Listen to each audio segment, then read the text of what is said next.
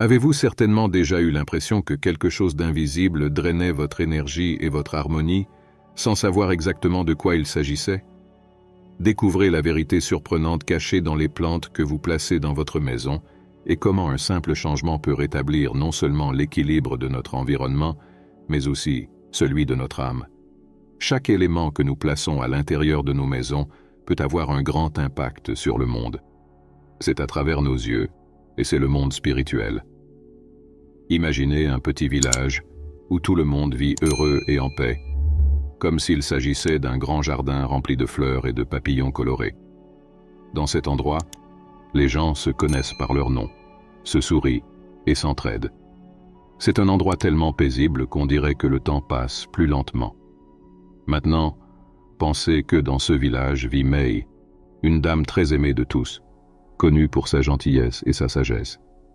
Elle possède un jardin spécial où elle prend soin de ses plantes avec beaucoup d'amour.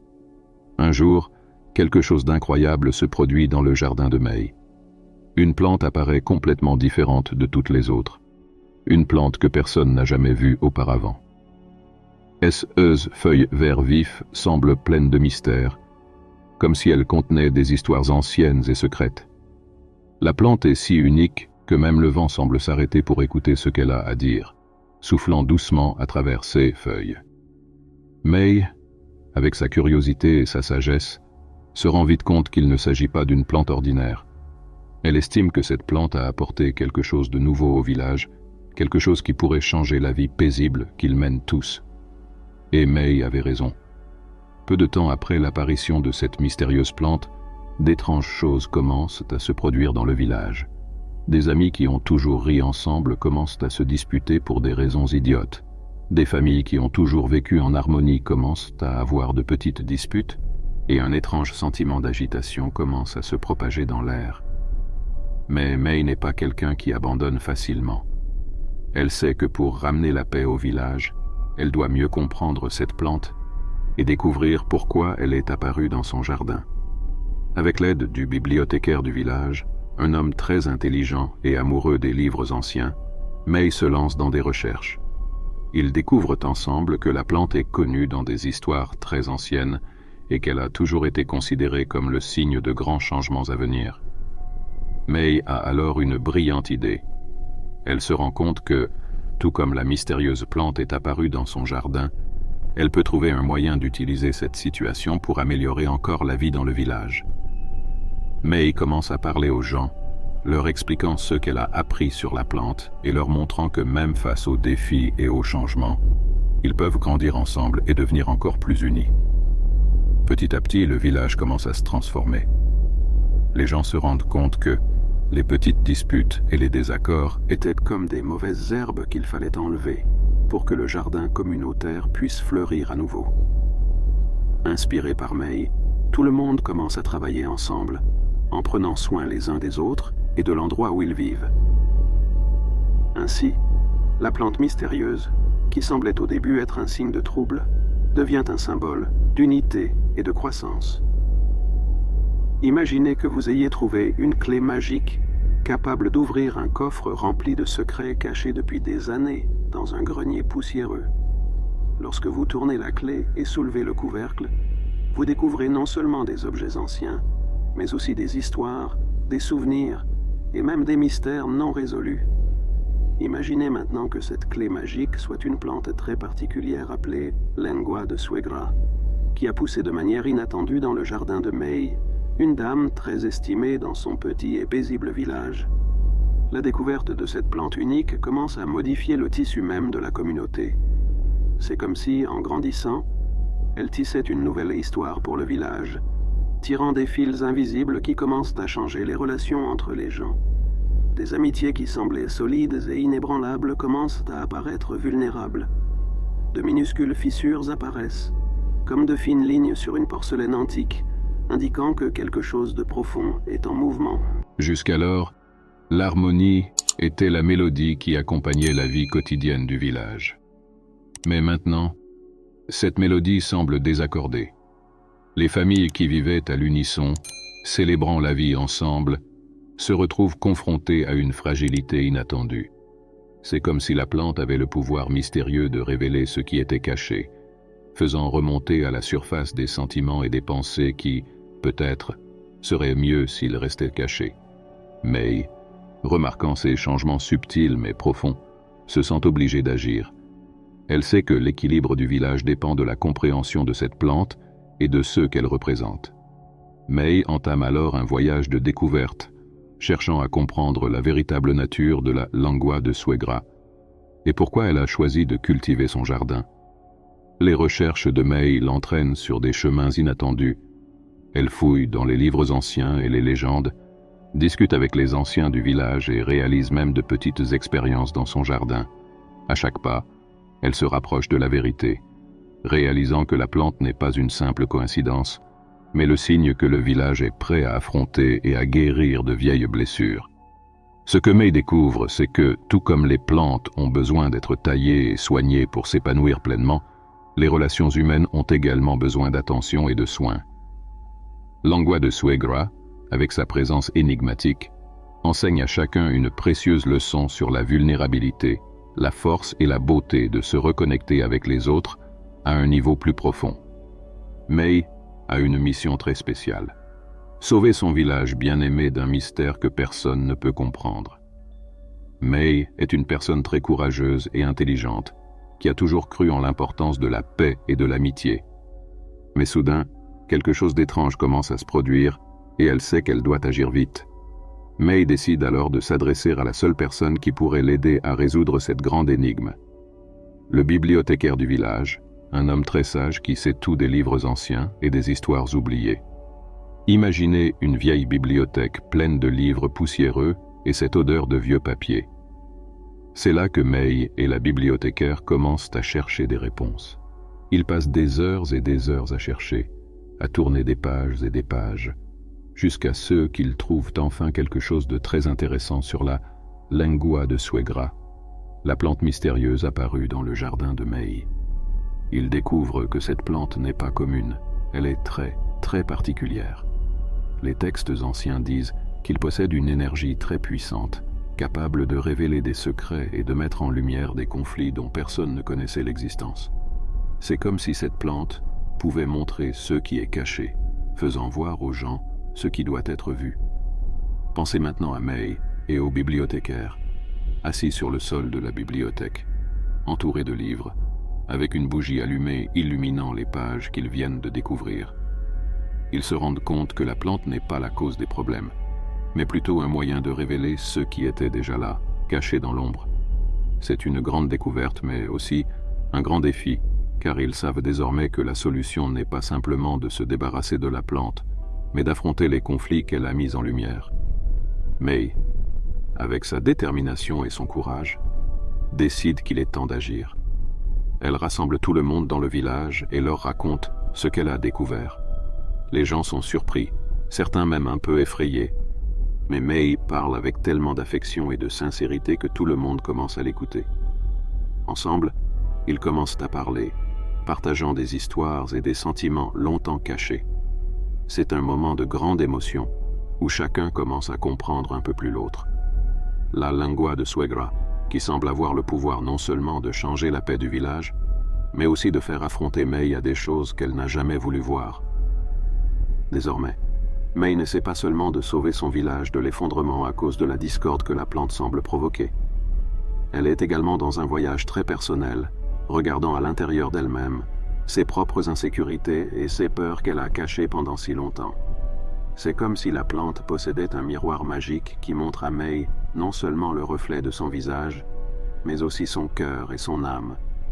Imaginez qu'à l'intérieur de May se trouve une boîte verrouillée, où elle a gardé toutes ses peurs et ses insécurités au fil des années. Des choses comme la peur de ne pas être à la hauteur, ou l'insécurité de ne pas pouvoir protéger les personnes qu'elle aime. Et cette plante mystérieuse est la clé qui ouvre cette petite boîte, faisant ressortir tout ce qui était caché à l'intérieur. May commence à se rendre compte que pour résoudre les problèmes du village, elle doit également résoudre ses propres problèmes internes. Elle comprend qu'elle ne peut pas aider les autres si elle ne s'aide pas elle-même d'abord. Et ainsi, elle commence à travailler sur elle-même, affrontant une à une ses peurs et ses insécurités. C'est un voyage difficile, mais Mei est forte et courageuse. Elle apprend que tout le monde a des peurs et des insécurités, et que cela ne la rend pas moins capable ou moins aimée par les gens qui l'entourent. Mei découvre qu'en affrontant ses démons intérieurs, elle devient encore plus forte. Et cette force intérieure l'aide à trouver une solution aux problèmes causés par la plante du village.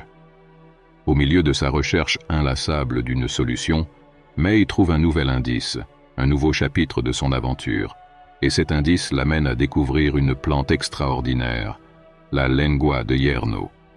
Cette plante, avec ses feuilles vertes vibrantes et une énergie de paix et de calme presque tangible, se révèle comme le parfait contrepoint à la perturbatrice lengua de Suegra. Imaginez Mei dans son jardin, sous le ciel étoilé, en train de regarder cette nouvelle plante. Un sentiment de soulagement et d'espoir remplit votre cœur. C'est un de ces moments magiques où le temps semble s'arrêter et Mei comprend une vérité profonde. Dans chaque problème, il y a la possibilité d'une solution. La lengua de Yerno n'est pas seulement une plante, elle est un symbole d'équilibre et de guérison. Avec la découverte de la langue de Yerno, Mei réalise que la nature a sa propre façon d'enseigner l'équilibre. Elle apprend que, comme dans la nature, dans la vie de chacun, il y a toujours des forces opposées. Et tout comme la lengua de Suegra a apporté des défis et des révélations, la lengua de Yerno apporte la guérison et la chance de restaurer ce qui a été perdu. Enthousiasmée par sa découverte, Mei commence à partager la lengua de Yerno avec son village. Elle en plante une à côté de chaque lengua de Suegra, créant un beau symbolisme d'harmonie et de coexistence. Et lentement mais sûrement, des changements commencent à se produire. Les disputes cèdent la place au dialogue, le ressentiment est remplacé par le pardon et le village, qui avait perdu sa mélodie, retrouve son chant. Mei, le sourire aux lèvres et un panier rempli de plants de lengua de Yerno, se promène dans les rues du village. Elle frappe à la porte de chaque maison, partageant sa découverte et expliquant comment cette plante peut aider à guérir les blessures laissées par la lengua de Suegra. Les gens, curieux et pleins d'espoir, acceptent volontiers la nouvelle plante et commencent à en prendre soin dans leur propre jardin. Au fil des semaines, quelque chose de merveilleux se produit. Les plantes de lengua de Yerno poussent et s'épanouissent, diffusant une énergie revitalisante dans tout le village. C'est comme si la terre absorbait la paix et la guérison qu'apportent ces plantes et les partageait avec tous ses habitants. Les gens commencent à remarquer des changements non seulement dans leur jardin, mais aussi dans leur vie. Les conversations qui se terminaient autrefois par la discorde se terminent désormais par des rires et des câlins. Des voisins qui se parlaient à peine commencent à se rendre visite et à partager leurs histoires. Les familles désunies se retrouvent pour des repas joyeux et des moments d'affection. La lengua de Yerno devient un symbole de guérison et d'unité pour le village. Elle montre que même après des moments difficiles, il est possible de se relever et de construire quelque chose d'encore plus beau. La plante enseigne à chacun que la guérison commence par l'acceptation et le soin, non seulement des autres, mais aussi de soi-même. Mei, voyant la transformation survenue dans son village, éprouve une profonde gratitude. Elle se rend compte qu'en affrontant les défis posés par la lengua de Suegra, tous les habitants du village ont grandi et sont devenus plus forts. L'histoire de Mei et de son village ressemble à un conte de fées moderne, où la magie opère grâce à la nature et à la volonté humaine. Après la découverte de la lengua de Yerno et de son incroyable capacité à guérir et à rétablir l'harmonie, le village subit une merveilleuse transformation. Imaginez un endroit qui était autrefois couvert d'un nuage d'incompréhension et qui brille désormais sous le soleil de joie et de paix. Les rues sont plus colorées, les rires résonnent partout et l'air est plein d'espoir. Mei, l'héroïne de cette histoire, devient une véritable gardienne de l'équilibre. Elle, qui cherchait auparavant des réponses et des solutions, partage désormais sa sagesse avec tout le monde.